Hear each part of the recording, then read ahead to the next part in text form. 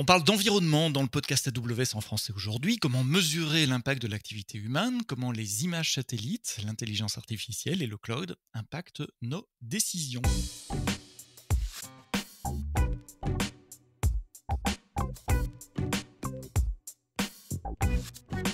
Bonjour, bienvenue dans le podcast AWS en français, vendredi matin, comme chaque semaine, un nouvel épisode du podcast. Merci de nous suivre sur les différentes plateformes de podcast que sont Deezer, Spotify, Apple Music, Google, Amazon Music et les autres, toutes les bonnes applications de podcast. N'oubliez pas de vous abonner de manière à recevoir les downloads tous les vendredis matins. Nous allons parler climat et cloud aujourd'hui avec Keros, et j'ai deux invités pour parler du climat, du cloud et de Keros. C'est Marion Messador qui est Product Manager et Thomas Ling qui est responsable de l'infrastructure de Keros. Merci d'être là. Dis-moi, on va commencer avec toi Marion. Keros, c'est quoi ? Alors, bonjour, merci de nous inviter. Keros, c'est une entreprise française qui a 7 ans maintenant, qui est spécialisée dans l'analyse géospatiale. Donc, on utilise des données satellites et d'autres données, mais c'est beaucoup de satellites, auxquels on applique des traitements algorithmiques pour générer toute la donnée dont les entreprises, les régulateurs, les assureurs et j'en passe ont besoin pour agir sur des sujets de climat, protection de l'environnement, protection des assets et des personnes et transition énergétique. Donc on a vraiment un focus soutenir les transitions en cours en termes de climat, biodiversité, écosystème. Donc ça c'est Keros. La solution dont on est venu vous parler aujourd'hui, c'est un produit qu'on a développé cette année qui s'appelle le Forest Carbon Monitor et qui est destiné à soutenir le développement du marché volontaire carbone. Marché volontaire Alors, carbone. c'est quoi le marché volontaire carbone ? Très, très rapidement, il y a un certain nombre d'entreprises, de personnes qui sont volontaires pour compenser leurs émissions de gaz à effet de serre. Donc, très C'est ce qu'on simplement, voit dans les médias parfois. J'ai compensé, vous des sociétés qui communiquent en disant je compense mon activité en achetant des chèques verts ou en payant. Oui, c'est exactement ça. Et on peut voir ça aussi à l'échelle individuelle. Quand vous prenez l'avion, il y a de plus en plus d'entreprises qui vous proposent de compenser votre vol. Et cette compensation, dans la majorité des cas, elle est faite en plantant des arbres ou en protégeant des forêts existantes, souvent des forêts tropicales primaires, qui sont très très riches en carbone. En fait, les arbres, ils stockent le carbone. Et en plus, elles ont tout un tas d'avantages en termes de biodiversité, d'écosystème, etc. Et donc, il est très important, c'est quelque chose qui a été rappelé par le GIEC, le panel d'experts scientifiques sur le climat encore cette année. Il est très très important que ce marché-là se développe parce qu'en fait, à chaque fois qu'on compense nos émissions, on envoie de l'argent, de la finance pour protéger des espaces naturels importants et maintenir du carbone dans les arbres. Donc très concrètement, si je paye le petit supplément sur mon ticket d'avion pour compenser mon déplacement en avion la semaine prochaine, cet argent va à un fonds, une organisation, un organisme international qui va reboiser la planète. Voilà, alors On peut résumer comme c'est ça. un peu ça. Il y a différents acteurs qui interviennent dans ce marché, mais en gros, il y a des entreprises ou des ONG dont le métier est d'aller conserver des espaces de forêt ou replanter des zones qui ont perdu leur forêt, où il n'y a pas d'arbres aujourd'hui, pour générer les crédits carbone qu'on peut acheter pour compenser nos émissions. La difficulté aujourd'hui dans ce marché, c'est la manière dont on assure le suivi et la vérification de ces projets. C'est-à-dire que quand moi j'achète pour compenser mon vol, je fais confiance aux personnes qui vont s'en occuper et j'ai aucune certitude que ce soit qu'il y ait vraiment un arbre derrière mon crédit. Alors moi, c'est pas très important, j'ai payé quelques euros à la limite, enfin c'est grave pour la planète, mais pour moi, c'est pas critique. Par contre, il y a des très grandes entreprises qui investissent des millions pour compenser des très larges émissions. Et là, c'est important pour elles en termes de réputation et d'investissement, de risque d'investissement. Et c'est très important pour le climat parce que s'il n'y a pas de véritable action derrière ou si elle est beaucoup plus faible que ce qui est annoncé, c'est en gros du greenwashing. Donc, Oui, c'est de l'arnaque même. Voilà, c'est de l'arnaque. on met de l'argent d'un côté et puis il ne se passe rien de l'autre. Donc votre métier, c'est de vérifier ces projets-là ? Exactement. Donc notre métier, c'est d'apporter la Enfin, transparence. pas de vérifier, mais de fournir les données qui permettent de vérifier. Exactement. Nous, on est dans c'est l'éthos de Keros en général. On apporte des outils de transparence et de vérification indépendante. L'idée, c'est qu'en fait, on a de la donnée qui est vérifiable, opposable, accessible. Le satellite, c'est vraiment la donnée la plus accessible, la plus vérifiable qui soit. En plus, c'est très souvent, il y a des visuels, donc c'est des choses que les gens peuvent se dont les gens peuvent se saisir et avec lesquels ils peuvent agir. On va appliquer des méthodes scientifiques et qui vont être les mêmes partout pour pouvoir comparer, pas avoir des choses sur un projet qui ne sont pas comparables avec un autre, et qu'on va mettre à disposition de toutes les personnes qui veulent être certains que ces projets se passent comme prévu, ou qui veulent être alertés quand ça ne se passe pas comme prévu, parce qu'il peut y avoir plein de raisons qui ne dépendent pas de la volonté des acteurs. S'il y a un incendie, ce n'est pas la faute des développeurs de projets ni des investisseurs. L'important, c'est d'être au courant suffisamment tôt pour pouvoir mettre à jour la quantité de crédit qui est émise, donc revoir à la baisse, et ou pouvoir intervenir pour corriger ce qui s'est produit.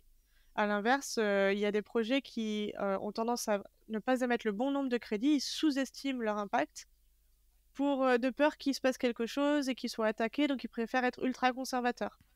Donc on voit un peu de tout, et nous, l'idée, c'est vraiment d'aider à remettre un peu les choses à plat et que tout le monde puisse aller voir ce projet, quel est son impact environnemental. Est-ce qu'il a été déforesté ou est-ce qu'il arrive à garder sa forêt intacte? Combien est-ce qu'il y a vraiment de carbone dans cette forêt? Est-ce que je peux le mesurer de manière un peu plus efficace qu'auparavant? Quels sont les changements au cours du temps? Et comment ça marche? Comment ce projet va se comparer à sa région et aux autres projets? Est-ce que c'est plutôt un excellent projet, un projet moyen, ou c'est un peu le dernier de la classe? Et tout ça, ça devient de plus en plus crucial pour les gens qui investissent. Et donc vos clients, ils sont des deux côtés, ce sont les ONG ou les organismes qui gèrent ces projets d'un côté, et puis les industriels, enfin je dis industriels, ça peut être la finance et d'autres, qui financent ces projets. Vous êtes au milieu?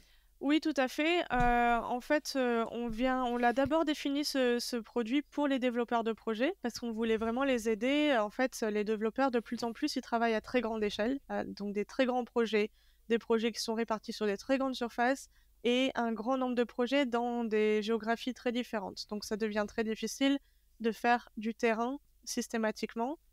Et donc, ils ont besoin d'outils pour passer à l'échelle. Donc là, on vient vraiment les aider sur ça, faire du suivi, les alerter, leur indiquer les priorités pour les interventions terrain.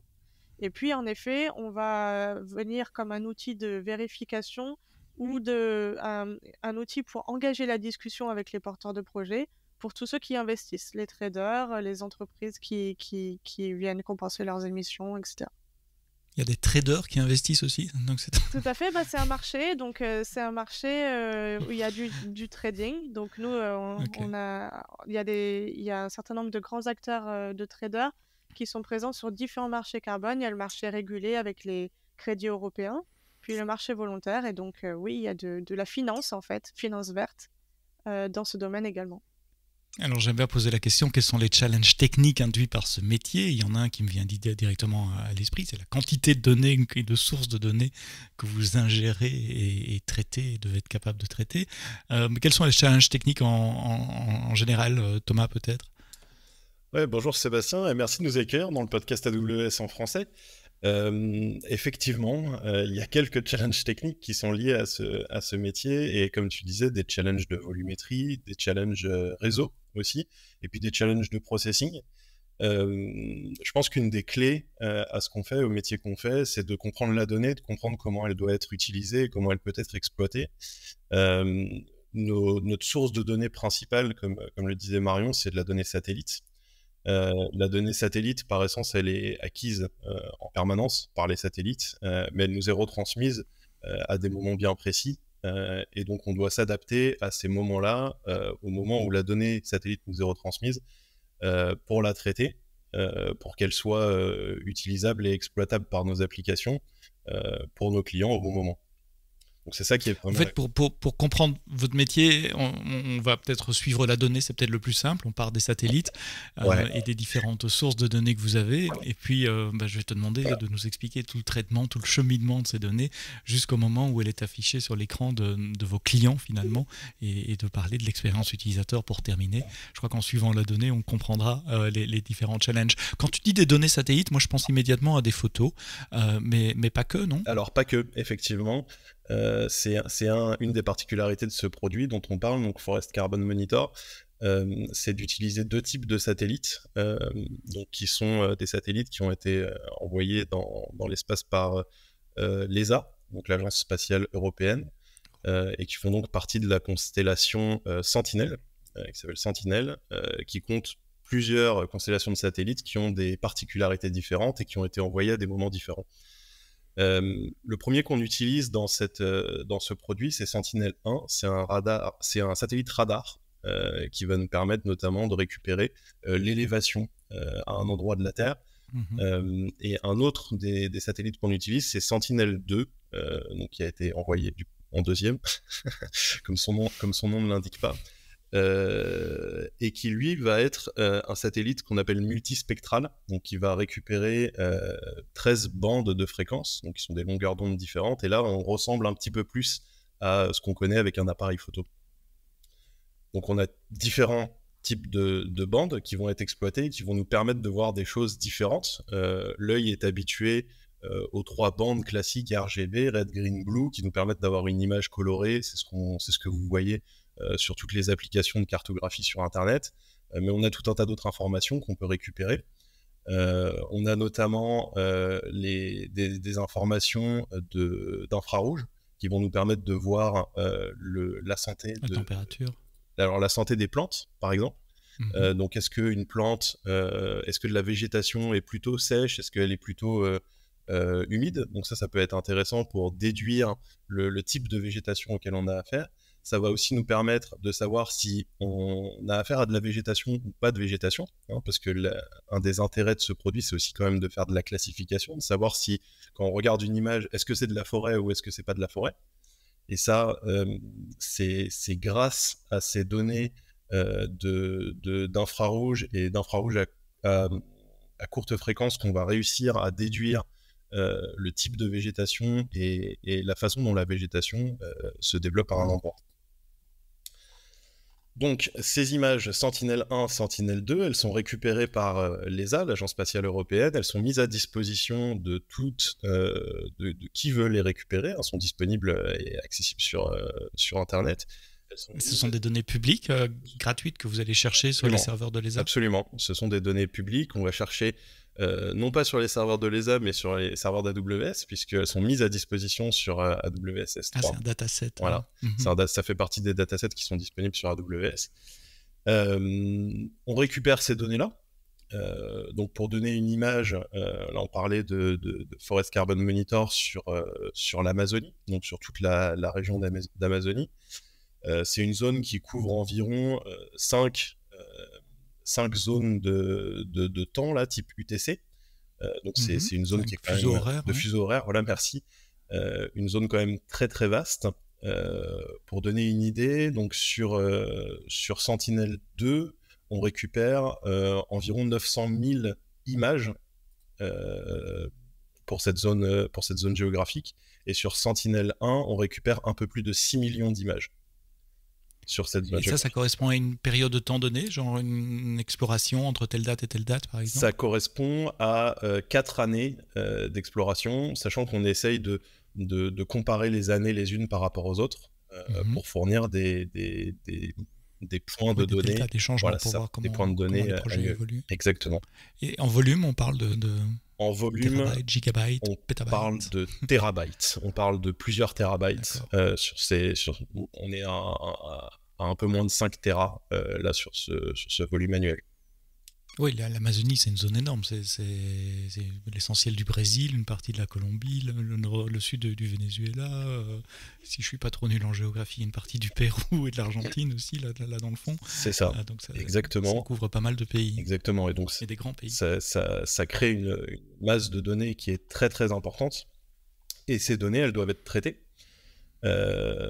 Et donc c'est là que toute l'expertise technique est nécessaire pour comprendre comment mettre en œuvre tous nos algorithmes et toute notre intelligence métier qui va permettre de déduire de cette masse d'images une information pour dire est-ce qu'il y a de la forêt ou est-ce qu'il n'y en a pas. Alors avant d'arriver au traitement, est-ce qu'il y a d'autres sources? Je crois que Marion t'avait dit il y a des images satellites, mais il y a d'autres sources aussi. Donc quelles sont les autres données que vous collectez? Oui, alors ça va dépendre des produits. À Kairos, on va avoir des données météo, on va avoir des données publiques, par exemple de propriété, pour identifier les entreprises, pour identifier. Quoi, des données de cadastre, par exemple, qui Par est exemple, propriétaire de donc telle ça parcelle, va etc. vraiment dépendre. Ok. Donc là, sur spécifiquement les projets carbone, il y a des registres publics où les projets actifs sont accessibles. Et donc, on va récupérer le contour de chaque projet. On va récupérer les informations du type le nombre de crédits qu'ils ont prévu d'émettre chaque année, et aussi le nom du projet tout simplement et les parties prenantes. Comme ça, toutes les personnes qui vont vouloir investir dans ce projet vont pouvoir directement accéder sur notre plateforme en tapant le nom du projet à la zone, à la superficie, à ces informations publiques. Et nous, on va les utiliser pour pouvoir les comparer aux données que nous, on produit. En disant, voilà, ils ont estimé tant de crédits à émettre. Nous, on mesure tant de carbone, tant de déforestation. Et on permet aux gens de se faire leur propre avis. Est-ce que les hypothèses qui ont été faites sont valables? Est-ce qu'elles sont toujours valables? Et est-ce que ça me donne confiance? Et ça, ce sont des données texte, donc c'est beaucoup plus petit, peut-être plus simple à traiter au niveau informatique en tout cas. Oui, donc ça, le texte, en effet, c'est léger. Après, il nous arrive de récupérer de l'image. Donc, par exemple, on récupère des couches publiquement produites par des universités ou par des ONG qui sont disponibles dans le domaine public. Donc, par exemple, la déforestation historique. On a 20 ans d'historique qui est disponible publiquement. Et ça, ce sont des données que nous, on rasterise. Et donc là, on parle de très gros rasters, par contre, à nouveau à l'échelle de toute l'Amazonie. Ça veut dire quoi, rasterise? Donc on va transformer de l'information en une image. Donc c'est D'accord. des informations localisées, quelle zone a été déforestée, mais sur 20 ans. Donc, et en Amazonie, et là, il y en a eu beaucoup. Là, pareil pour l'Afrique, on fait tout ça à l'échelle de toute l'Afrique. L'Afrique où il y a des arbres, en tout cas, donc c'est une très grande zone. Et donc, on va produire une image statique de 20 ans de déforestation, toutes les zones qui ont été coupées au cours des 20 dernières années. Donc là, on retrouve des formats qui peuvent être à nouveau très lourds. Mm-hmm. Alors Thomas, ces données arrivent sur votre bucket S3. Qu'est-ce qui se passe ensuite? Alors, on a une première étape qui va être de récupérer uniquement ce dont on a besoin. Parce que l'ESA, et quand les satellites de l'ESA récupèrent des images, ils ne les récupèrent pas que pour Kairos, comme vous en doutez. Et donc, on a une première étape de récupérer uniquement le sous-ensemble, la géographie qui va nous intéresser. Donc là, on parle de l'Amazonie. Une fois que ça c'est fait, en fonction des types de satellites et des types de données qu'on va récupérer, le traitement va être différent. Sur Sentinel-1, par exemple, on n'a pas de problématique de météo. Qui a déjà fait de l'imagerie satellite sait que il y a des nuages, les nuages voilà, peuvent être un problème assez embêtant. À la fois parce que ça peut fausser les analyses, fausser les données, mais aussi parce que ça peut rendre extrêmement compliqué l'interprétation d'un résultat. Le problème avec les nuages, c'est que c'est extrêmement difficile à détecter. Depuis un satellite, depuis une image, c'est compliqué de faire la différence entre un nuage et un lac, par exemple, ou une zone qui pourrait ressembler à un nuage vu de l'espace. Donc il y a toute cette première partie qui est récupérer les images, récupérer un sous-ensemble de ces images, donc on appelle le crop en fait, un sous-ensemble de ces images, s'assurer que les images sont de bonne qualité. Et donc sur Sentinel-1 par exemple, on va faire des agrégations. Donc comme les satellites ont des taux de revisite d'une même zone géographique, c'est-à-dire qu'ils tournent autour de la Terre évidemment, et donc ils repassent en fonction de leur trajectoire d'orbite, ils repassent à un endroit tous les 1 jour, 2 jours, 5 jours, 10 jours, en fonction des satellites et en fonction des missions. Et ça nous permet de créer des moyennes en fait sur des zones géographiques. Donc sur Sentinel-1, c'est ça qu'on va faire pour ce projet-là. Et sur Sentinel-2, on va avoir la problématique des nuages, parce que là, on est sur des capteurs donc multiparamétriques qui vont multispectrales, qui vont être très impactés par la présence ou non de nuages. Alors, quel type de service de compute vous avez choisi ou sélectionné pour faire ce genre de traitement? Alors, l'ensemble de nos computes sont sur... la grande majorité de notre compute est sur EKS, donc sur Kubernetes, managé. Et on a une petite partie de notre compute, et notamment la partie de crop dont je parlais à l'instant, qui tourne sur Lambda. Parce que précisément elle est événementielle et qu'on veut, au moment où les images arrivent et au moment où on va avoir besoin de récupérer telle ou telle partie de l'image, on veut que ça réagisse à l'événement de la mise à disposition de l'image. Mais le plus gros de notre compute, et notamment les inférences qui sont faites sur ces images satellites, sont faites dans Cube. Alors là, tu as cité le mot inférence. Ça veut dire quoi? Qu'il y a de l'intelligence artificielle, des modèles que vous avez entraînés pour détecter certaines choses sur les images ou pour les traiter? Exactement. En fait, donc on donne comme entrée à notre modèle de deep learning qui est basé sur UNet. On lui donne les images donc Sentinel-1 et Sentinel-2 et on lui demande de nous faire 2 estimations.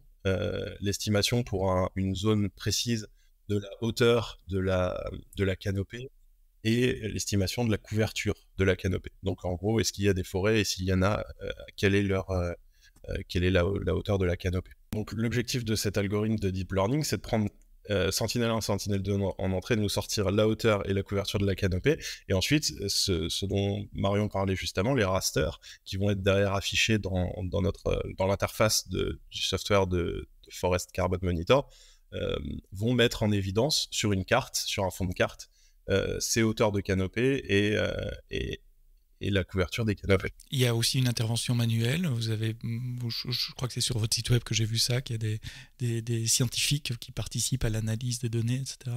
Donc il y a aussi un workflow manuel pour traiter les données. Alors c'est pas au cours du workflow de traitement de données, c'est plus la conception. Avant, dans l'élaboration de l'algorithme. En fait, nous on a un réseau de partenaires scientifiques en effet, avec qui on travaille depuis la fondation de Kairos sur plusieurs sujets, mais en particulier sur tous les sujets très pointus d'environnement. Donc sur le sujet du carbone dans les forêts, on travaille avec le LSCE, qui est le laboratoire des sciences du climat et de l'environnement, avec l'INRAE et aussi avec l'Université de Copenhague. Et donc avec ces 3 partenaires, on travaille très étroitement sur comment est-ce qu'on construit un algorithme qui mesure le carbone à partir de satellites? C'est pas quelque chose de tout à fait anodin. Non. Comment on s'adapte à chaque biome? Comment on va s'adapter aux différences entre une forêt qui est primaire, donc qui a toujours été là, qui est là depuis des siècles et des siècles, et une qui est secondaire, qui a été replantée? Comment on prend en compte différentes espèces? Comment on fait le suivi? Comment on réconcilie différents capteurs? Ouais, là, c'est vraiment votre cœur de métier et un savoir-faire scientifique Exactement, dont vous avez besoin.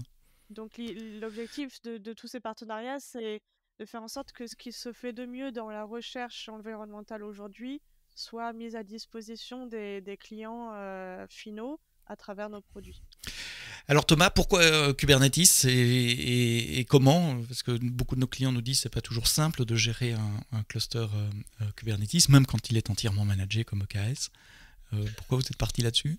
Alors pourquoi Kubernetes? Parce que c'est un outil qui nous permet, et notamment grâce à un outil dont je vais parler juste après, d'avoir des possibilités de scale, donc de mise à l'échelle, et de traitement en parallèle qui est presque infini. Donc aujourd'hui, oui, infini, je dis toujours, c'est lié à votre carte de crédit, quoi. Voilà, c'est ça. De notre côté, c'est assez grand, mais après, ça dépend du budget infini que vous voulez y mettre. C'est presque infini. C'est ça. Et donc, en fait, Cube nous donne cette flexibilité-là. C'est-à-dire qu'on n'a pas besoin de gérer toute l'orchestration, je dirais, des différentes tâches qu'on a. Donc, on utilise Argo Workflow. On lui donne, finalement, en entrée, on lui dit, voilà toutes mes images Sentinel-1 et voilà toutes mes images Sentinel-2. Traite-les-moi toutes, s'il te plaît. Donc, je rappelle que c'est environ 900 000 images Sentinel-2 pour l'Amazonie et 6 millions d'images Sentinel-1. Donc c'est quand même et donc on a un processing au moins par image. Certaines images nécessitent plusieurs processings les uns derrière les autres. Donc tout ça a besoin d'être ordonnancé. Ouais, oui. Tu parles de scaling, c'est parce que ce cluster est nécessaire uniquement au moment où vous recevez un nouveau batch d'images. Exactement. Le reste du temps, il fait rien ou pas grand-chose. C'est ça. Et donc, ce dont on n'a pas du tout envie, c'est d'avoir un cluster qui est capable de gérer ces millions d'images pour l'Amazonie, de l'avoir up and running 24 heures sur 24, 7 jours sur 7, 365 jours par an, puisque ça serait extrêmement désagréable en termes de coûts.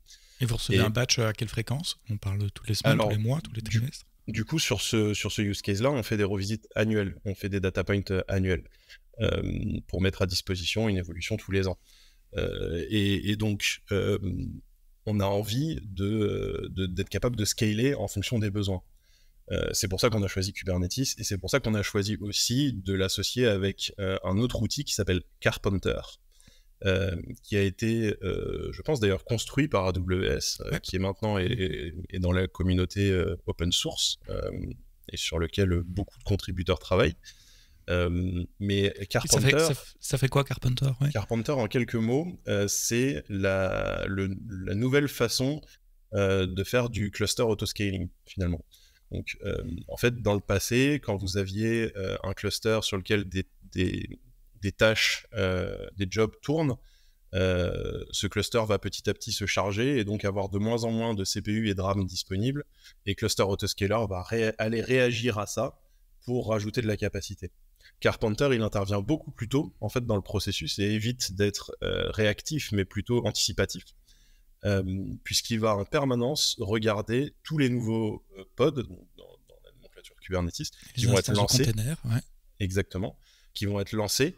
Et à partir du moment où notre gestionnaire de workflow, donc Argo, va dire à Kubernetes « je veux lancer ce job sur cette image », il va immédiatement être capable de lancer un nœud pour répondre, donc un nœud dans le cluster, une instance exactement, pour répondre à ce besoin, et ce nœud va être dispo en quelques dizaines de secondes. Voilà. Donc ça veut dire que le cluster, pour donner un exemple sur le dernier processing qu'on a fait sur l'Amazonie, là, qu'on a fait en quelques heures, quelques dizaines d'heures, on va dire, on est capable de scaler un cluster de 4 vCPU et 8 Go de RAM à 500 vCPU et 4 Tera de RAM en 6 ou 7 minutes. Et donc de pouvoir traiter en parallèle ce groupe d'images, et puis de scaler in aussi, c'est-à-dire de réduire la surface quand il n'y en a plus besoin, ce qui est très important pour votre portefeuille. Exactement. Donc dès que les jobs sont terminés, en fait, Carpenter va détecter que les nœuds sont vides, donc n'ont pas de pod qui tourne à l'intérieur. Il va attendre un certain délai, qui est configurable évidemment, et il va supprimer les nœuds. J'ai été voir Carpenter parce que je ne connaissais pas, et donc pour préparer ce podcast, j'ai été voir la page GitHub tout à l'heure, 4000 étoiles, 500 forks, effectivement c'est utilisable en dehors du cloud AWS aussi, hein, c'est pas spécifique à EC2, ça peut s'appliquer sur d'autres clouds, voire même on-premise, et provisionner de l'infrastructure, mais ça m'a fait penser à un service AWS qui existe, qui peut-être utilise Carpenter sous le capot, j'en sais rien, mais c'est Fargate. Fargate fait ça, il scale automatiquement une flotte de nœuds de compute pour les pods. Est-ce que vous avez regardé Fargate aussi ou pas? Pourquoi? Enfin voilà. Est-ce que c'est peut-être une question stupide? J'en sais rien. Non, c'est pas une question stupide. Effectivement, on a regardé Fargate. Je dirais que Fargate, c'est un peu l'étape d'après dans le sens du délestage de responsabilité à AWS. C'est-à-dire que si on veut aller encore plus loin dans je veux juste run mes jobs et je m'occupe pas de ce qui se passe derrière, Fargate, c'est l'étape suivante, en fait. Nous, on avait besoin de ce niveau de contrôle, donc de comprendre quand même ce qui se passe, d'être capable d'aller mettre un peu les mains dans le cambouis, on va dire, pour regarder quand même ce qui se passe sous le capot et comprendre comment nos jobs tournent, parce que par essence, quand on lance ce type de workflow, on a besoin qu'il se lance rapidement, on a besoin d'avoir tout un tas de petites optimisations qui vont être faites et qui, à l'échelle, quand on gagne 500 millisecondes sur un job qui dure 1 minute, mais qu'on le gagne 1 million ou 2 millions de fois, à la fin, ça a un vrai impact. Voilà. Donc, c'est le genre de choses typiquement sur lesquelles on veut travailler et sur lesquelles on essaye en permanence d'optimiser notre stack technique. Démarrer un cluster EKS, en tout cas pour un test, ça prend quelques minutes, quelques dizaines de minutes. Le configurer avec Carpenter, je suppose qu'on rajoute quelques heures. Mais c'est quoi la différence entre déployer ces outils pour tester, pour un prototype, pour un proof of concept, et puis pour être prêt en production? Il y a un gap là. C'est quoi ce gap? Il y a effectivement un gap auquel on a fait face en tout cas, et auquel je pense toutes les sociétés qui utilisent EKS de près ou de loin font face aussi, en tout cas en production. Comme tu disais, on peut lancer avec la CLI EKS CTL un cluster EKS en quelques minutes. Mais ce cluster, il va avoir tout un tas de lacunes, on pourrait dire, pour tourner en production. Donc au-delà de juste lancer un cluster cube, on va devoir gérer ses logs par exemple. On va avoir des pods qui vont tourner sur ce cluster. Ces pods, ils vont avoir des logs qui vont être stockés. Ces logs, on va devoir les rediriger quelque part si on veut les utiliser et les exploiter après. Nous, quand on lance 1 million de jobs, on veut pouvoir... et ces jobs, ils peuvent durer entre 1 minute et 5 minutes. Donc, c'est des jobs qui sont relativement courts. On veut pas avoir à aller s'attacher au pod pour aller vérifier les logs. Il faut qu'ils soient centralisés évidemment à un endroit dans lequel on va pouvoir faire derrière des requêtes de masse pour vérifier que certaines métriques sont dans des bornes qui sont prévues par exemple.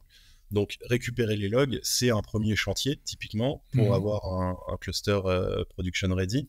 C'est quelque chose qui est prévu par Kubernetes, non? Il n'y a pas un driver log ou quelque chose comme ça? Enfin, nouveau, je ne suis pas expert Kubernetes, mais j'ai déjà vu des... Alors, il y a plein de façons de faire. Il y a plein de façons de faire. On peut utiliser des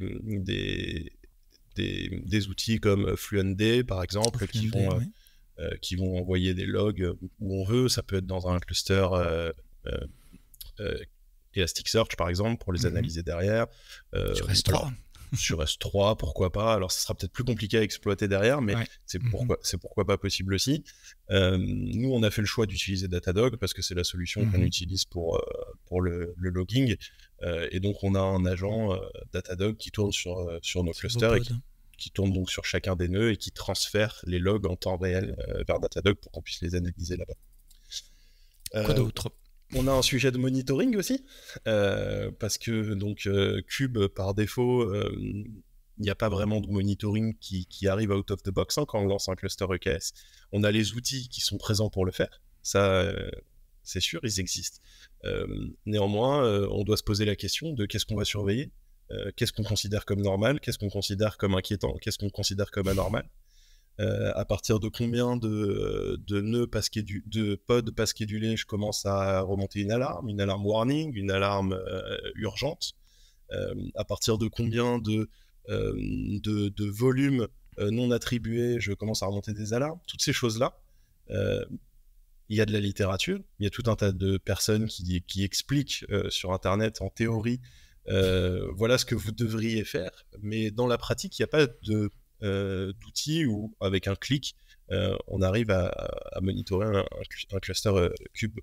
C'est la blague classique, hein. J'aimerais bien aller vivre en théorie, parce qu'en théorie, voilà, tout est parfait. Théorie, tout est parfait. Comment on trouve les bonnes métriques? Comment vous savez que vous regardez les bonnes métriques et que vous mettez les bons taux d'alarme pour ne pas être pollué non plus par des faux positifs à longueur de journée? C'est très difficile et je pense que rien n'est plus efficace que l'expérience, c'est ça.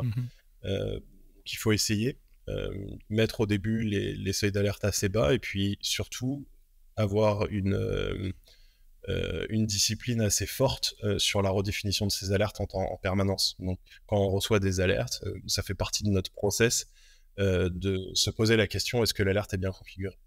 Donc on ne peut pas fermer aujourd'hui une alerte, un incident, tant qu'on n'a pas dit oui, l'alerte était bien configurée et l'alerte qui a été remontée était pertinente. Même chose au niveau des dashboards, je suppose. Vous expérimentez différentes métriques, courbes, apprendre. En fait, vous apprenez avec l'expérience ce qu'il faut mesurer et quels sont les seuils normaux et les seuils anormaux. C'est ça, exactement. Et on essaye aussi de mettre en place du machine learning aussi là-dessus. Donc essayer de détecter les anomalies en fait, là, c'est de la vraie détection d'anomalies. Donc sur des périodes, essayer de comprendre comment comment une courbe a toujours évolué depuis 6 mois, et tiens, là, on a un pic x100, c'est probablement qu'il y a quelque chose d'anormal, même si c'est pas quelque chose sur lequel on a des alertes. On va essayer de se poser la question de ce qui peut être en train de se passer. C'est pareil sur les logs. Sur les logs, on surveille les logs, on a des métriques quelque part sur les logs pour s'assurer qu'on n'a pas d'un coup 8000 messages par minute d'erreur, alors qu'avant, on n'en avait pas. Donc c'est des choses que... Ouais, je parlais avec TF1 il y a quelques mois dans un autre épisode du podcast AWS en français où il me disait exactement la même chose. Les métriques, on apprend, c'est en le faisant ou en simulant, mais ça vient à la longue. C'est pas un truc qu'on peut faire avant et l'avoir juste.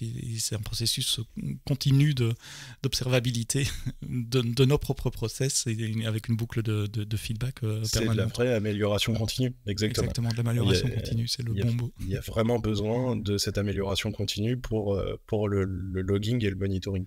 Si on n'a pas ça, c'est indispensable. Ça peut pas marcher. Donc logging, monitoring, qu'est-ce qui sécurité, encore été... Je pense qu'on aurait pu même en parler en premier. La sécurité, c'est vraiment le job zéro de tout ce qu'on fait. Chez Kairos, c'est important pour avoir la confiance de nos clients, évidemment. La sécurité, elle arrive vraiment à tous les étages dans ce qu'on fait. On se pose toujours la question de la sécurité en premier quand on déploie des nouvelles infrastructures. Donc la sécurité sur Kubernetes, là pour le coup, on ne manque pas d'outils.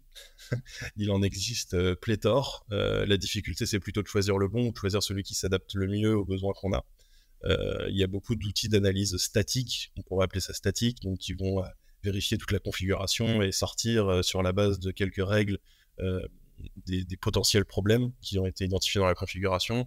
Il y a des outils d'analyse un petit peu plus dynamiques qui vont aller éventuellement écouter un peu le réseau pour regarder ce qui se passe et essayer de détecter des comportements qui sont encore une fois anormaux.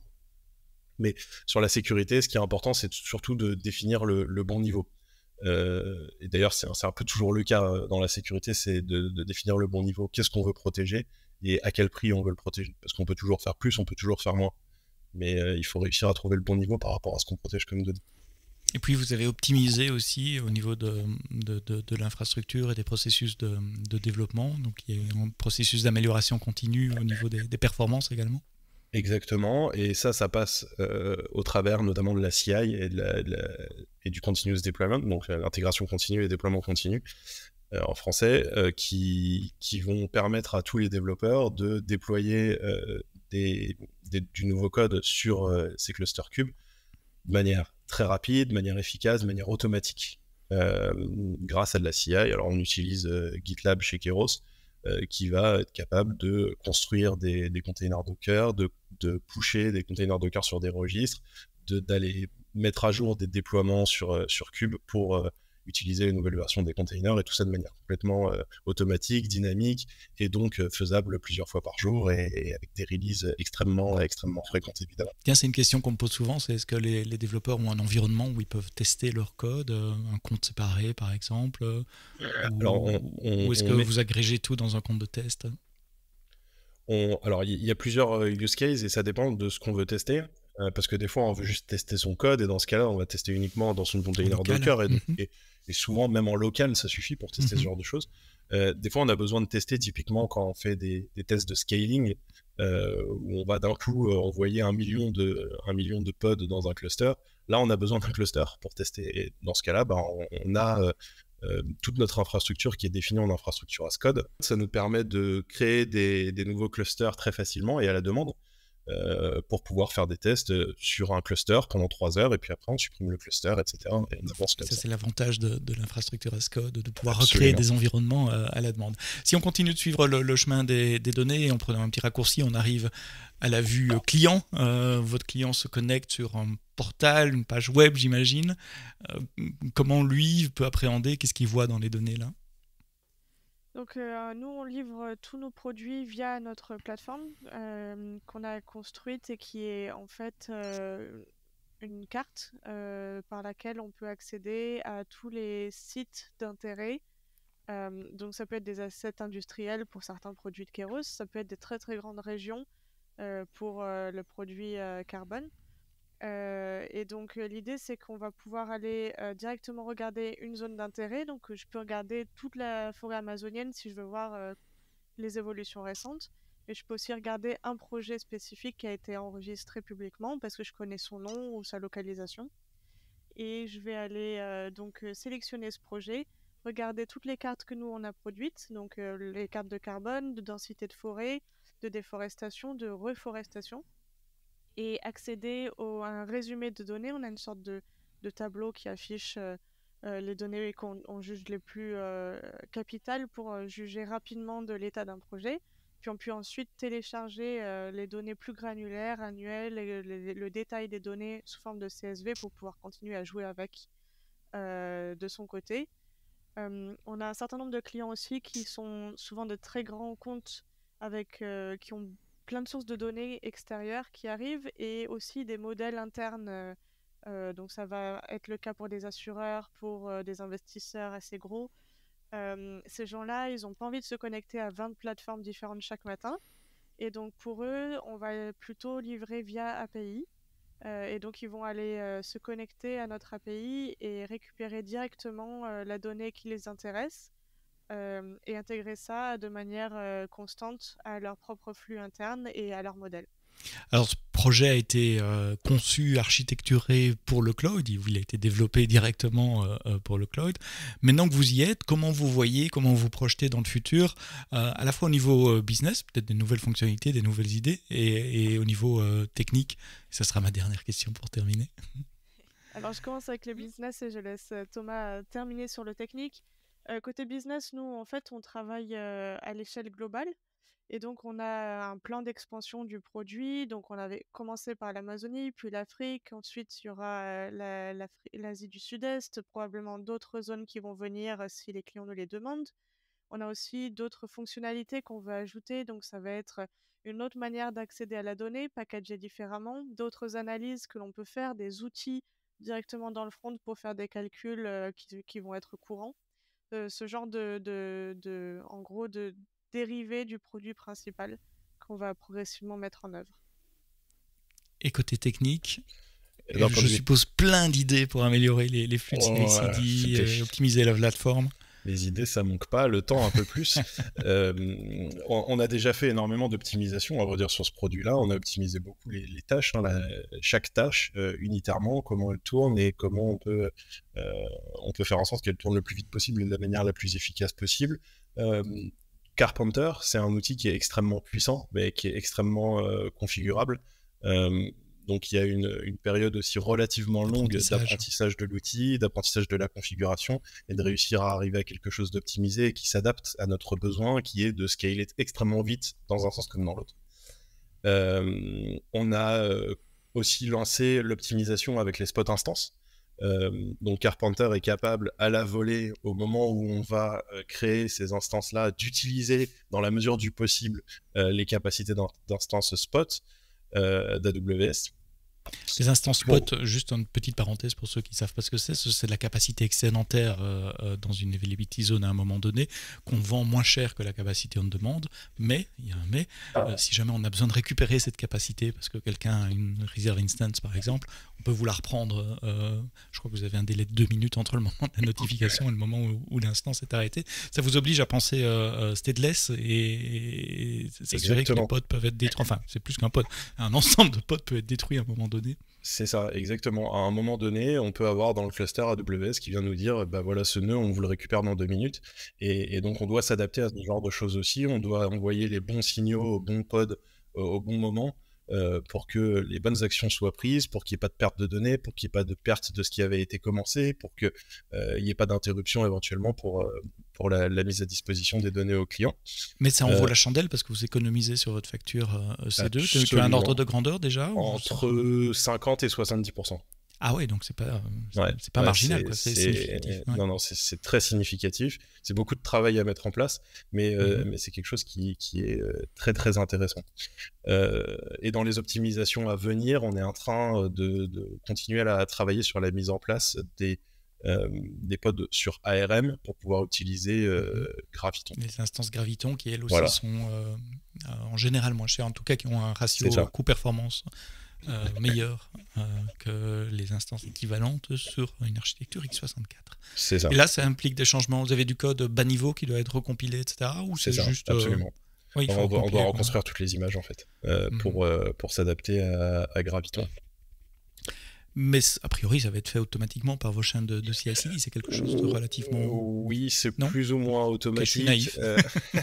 Mais il y a quand même 2-3 petits challenges qu'on doit prendre en compte, et notamment la coexistence qui peut être un petit peu compliquée parce qu'on ne peut pas sur le même cluster faire tourner des choses ARM et des choses x86. Donc on a besoin de vraiment identifier certains workloads pour pouvoir les faire passer d'un côté ou de l'autre.